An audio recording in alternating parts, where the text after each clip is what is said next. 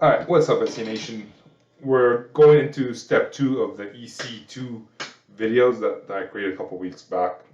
We went on vacation for a week, so I wasn't able to publish this video or actually create it. I did a little bit more research. So, by the way, if you don't know me, my name is Ramzi Majraba. I'm a sales solution specialist out of Ottawa, Canada, and I am trying to learn AWS. So, I am a beginner in AWS. My background is more routing, not IT. So there's a lot of things that I'm trying to learn that are IT related because that's what the cloud is, although it uses some networking. And today we're talking a little bit more about networking per se. So we talked about EC2 instances, that it's a VM that runs on a server, and you can have multiple VMs. You can have different ways of booking the VMs. You can have on demand, which is a little bit more expensive. Then you have spot. Check out the last video. Again, I would suggest Cloud Guru if you're looking to learn AWS. This is just to give you a taste and to share my learning with you. It's another way to force myself to learn, hold myself accountable, which I appreciate you guys doing. So today we're talking about interfaces.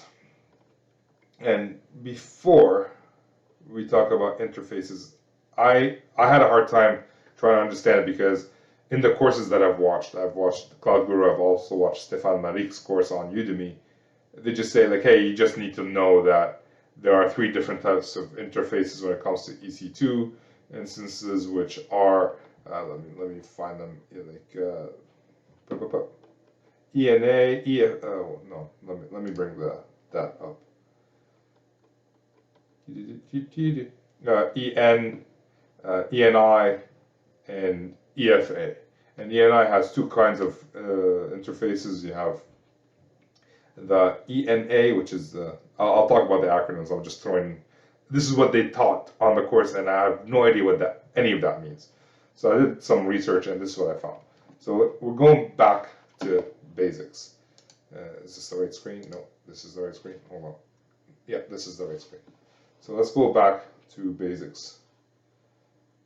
And let's draw a shape. And this is what I consider a server. So this is a server. This is what a server does not look like, but this is what we're using today. And generally speaking, when you look at the server, it has interfaces on the back end. Right. They're called NICs. Which stands for Network Interface Card. So you have NIC 1. Let me move this up so you can see it. Then you have NIC 2 and NIC. You can have many NICs on a server. For this example, I'm using 3 NICs. And each NIC can have like Ethernet ports that can be from 1 gig, 100 gig, maybe I don't know if they have 400 gig yet, but it seems like a lot of hardware, like physical pieces of equipment, not virtual, not used for virtualization. Like routers, they have 400, they're working on 800.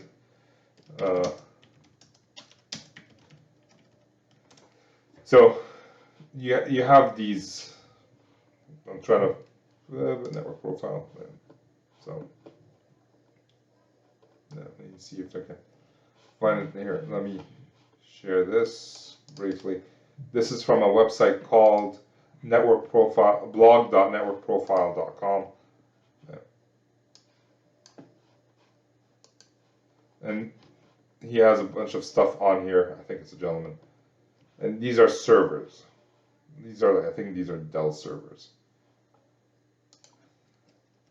So I'm erasing that for a quick second.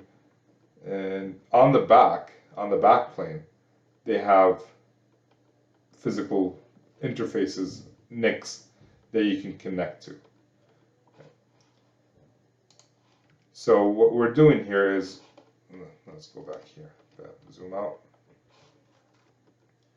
Now on the same server, you have the physical stuff, but you also have virtualization. You have a VM, 1,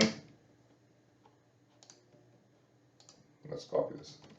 VM2, VM3, VM4, VM5, 6, 7. There's a lot of VMs basically that are really, it's based on how much capacity this server has, like in terms of memory, how many cores it's running, how much RAM are running on each core, virtual RAM. So you can have a lot of VMs on here. Now in the cloud, this is what they call an EC2 instance. You're not actually seeing the server. You're just launching an EC2 instance on the VM, on the server.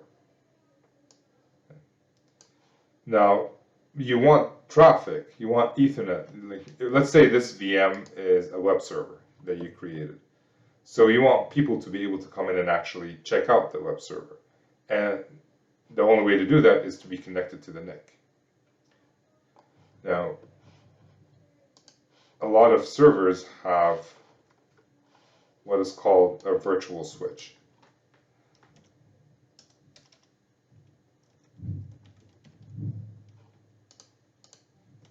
Again, I'm just going like very basic. I'm not going too much in depth, but this is how I understand it. So when you have a vSwitch, you can connect like the VMs to the vSwitch, and then the vSwitch is connected to the NIC. So what's happening here is you can have multiple VMs. Let's do this. Connected to the vSwitch. So now you're sharing the resources on this NIC between these VMs. And you can map it whichever way you want. You can say like, all right, VM4 is going here, this one's going here.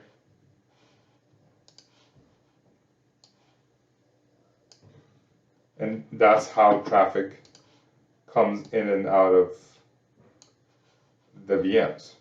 So this is done by default. It's what is called the ENI, Elastic Network Interface. So when you launch a VM or an EC2 instance in AWS, this is done automatically for you. So it's done by default. It's great for high availability, so you're always going to be able to reach it, and people will be able to access it. You can allow through the security groups how you can reach it, whether you're reaching it through SSH, through HTTP if it's a web server, and you can have these VMs could be like Cisco virtual routers or Fortinet firewalls. It could be anything.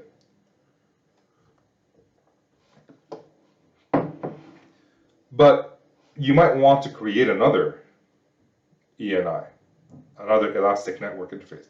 So you have this interface right now by default created so that people who want to access it are able to access it. But let's say you have multiple servers with multiple VMs running, and you want to collect the logs that will not be customer facing. Your customers will never be able to see it. You don't want them to see it. You just want your IT department to be able to take a look at the logs. So you can create a separate ENI altogether and send it somewhere else. And again, it's not working exactly like that, but conceptually that's how I see it. So now you have VM1 with its own ENI going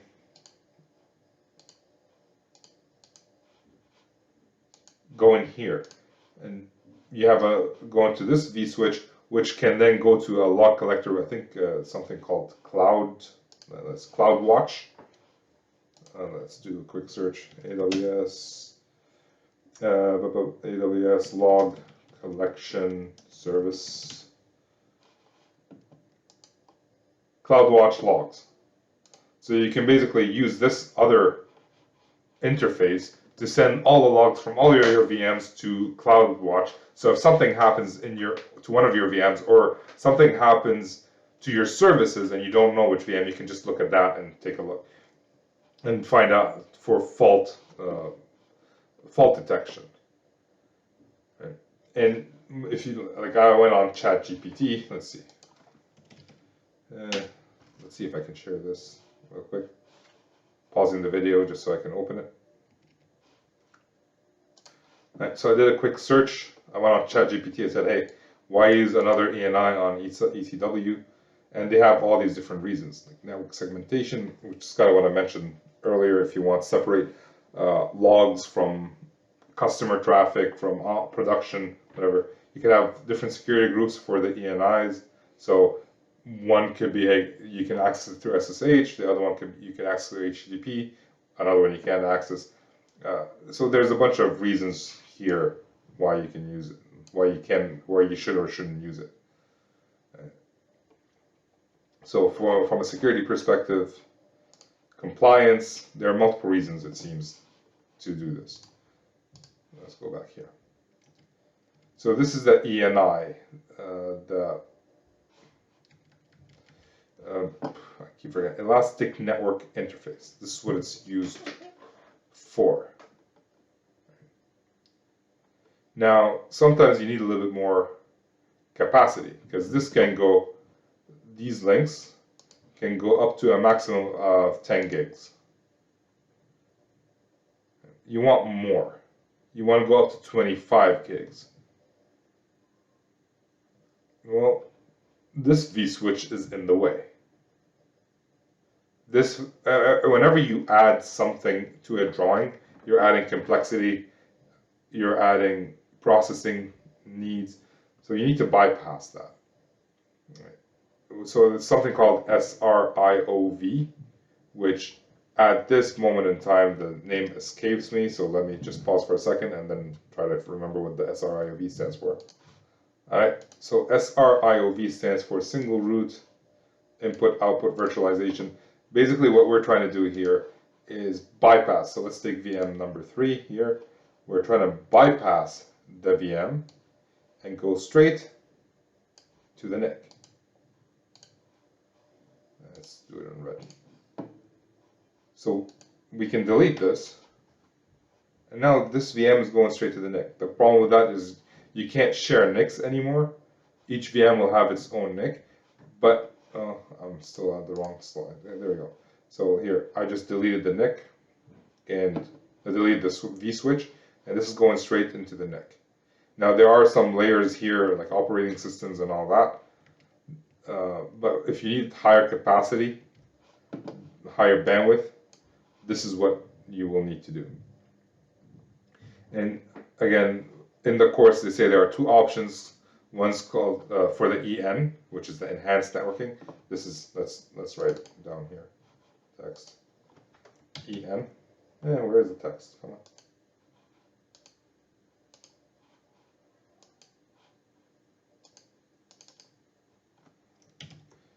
Okay, great.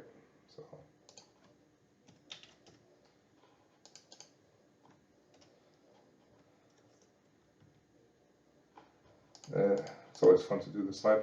So this is the EN interface, which stands for, what's it stands for? Enhanced networking. And it comes as, there are two options for that. There's the ENA, which stands for Elastic Network Adapter.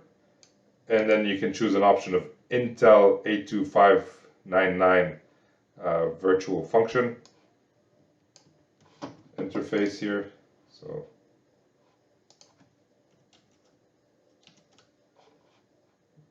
this is one option, but according to the course, the other option is Elastic Network Adapter. According to the course, if you're given the option, always choose Elastic Network Adapter. Don't know why, that's what I was told in the course. Okay, and then the last option is called Elastic Fiber.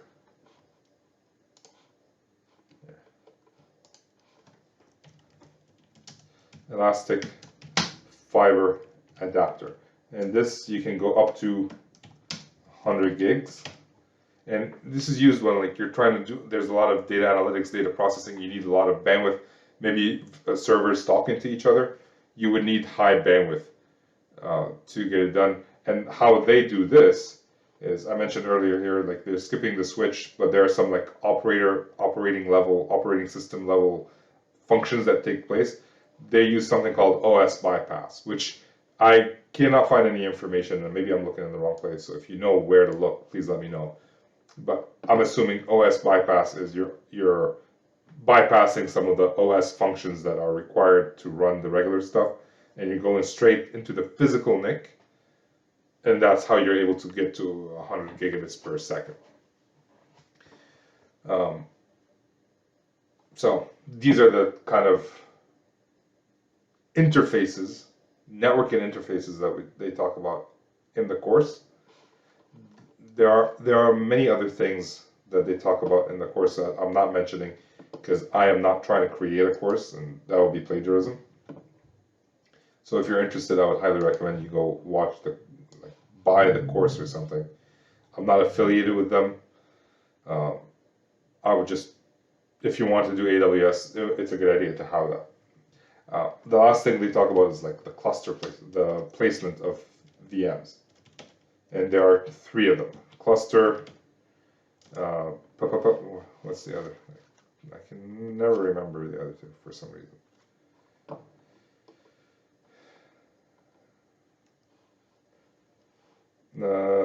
Cluster, spread, and partition.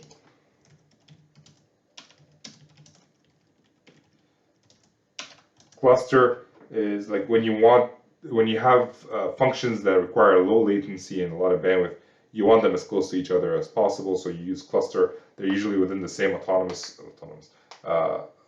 availability zone. Yeah, I'm starting to get what AZ stands for. Spread is when you want them spread into different areas because you want it to be secure. If there's a server that fails, you don't want all your VMs on the same server or the same racks, or they're on different ones. And then there's the partition placement, which is very similar to spread, but you group a bunch of servers into a bunch of VMs into one partition, and then you spread that across racks. So these are the 3 areas, and some of the things that they talk about on the course are, hey, they have a specific video about VMware and Outpost. If I were to summarize the video as, hey, you can run VMware in AWS if you have a hybrid cloud. If you have VMware in your on-premises data center, you can have VMware on AWS, and now you can talk to each other. And Outpost is when AWS specifically sends you their own servers and racks, so you can put in, and they would actually install it in your own data center, and now you're basically extending AWS to your own data center. So there's that. These are the things that I wanted to talk about today. I hope this is useful. If you like the video, like, share, and subscribe. The reason why you would want Outpost is, again, if you need AWS on-premise kind of, and you want to use the services that AWS provides, which if you don't have AWS, you'd have to build on your own. That's a good reason for having Outpost. And they can send a single server or they can send a full rack. It's up to you. So there's that. Thank you. Get back to work.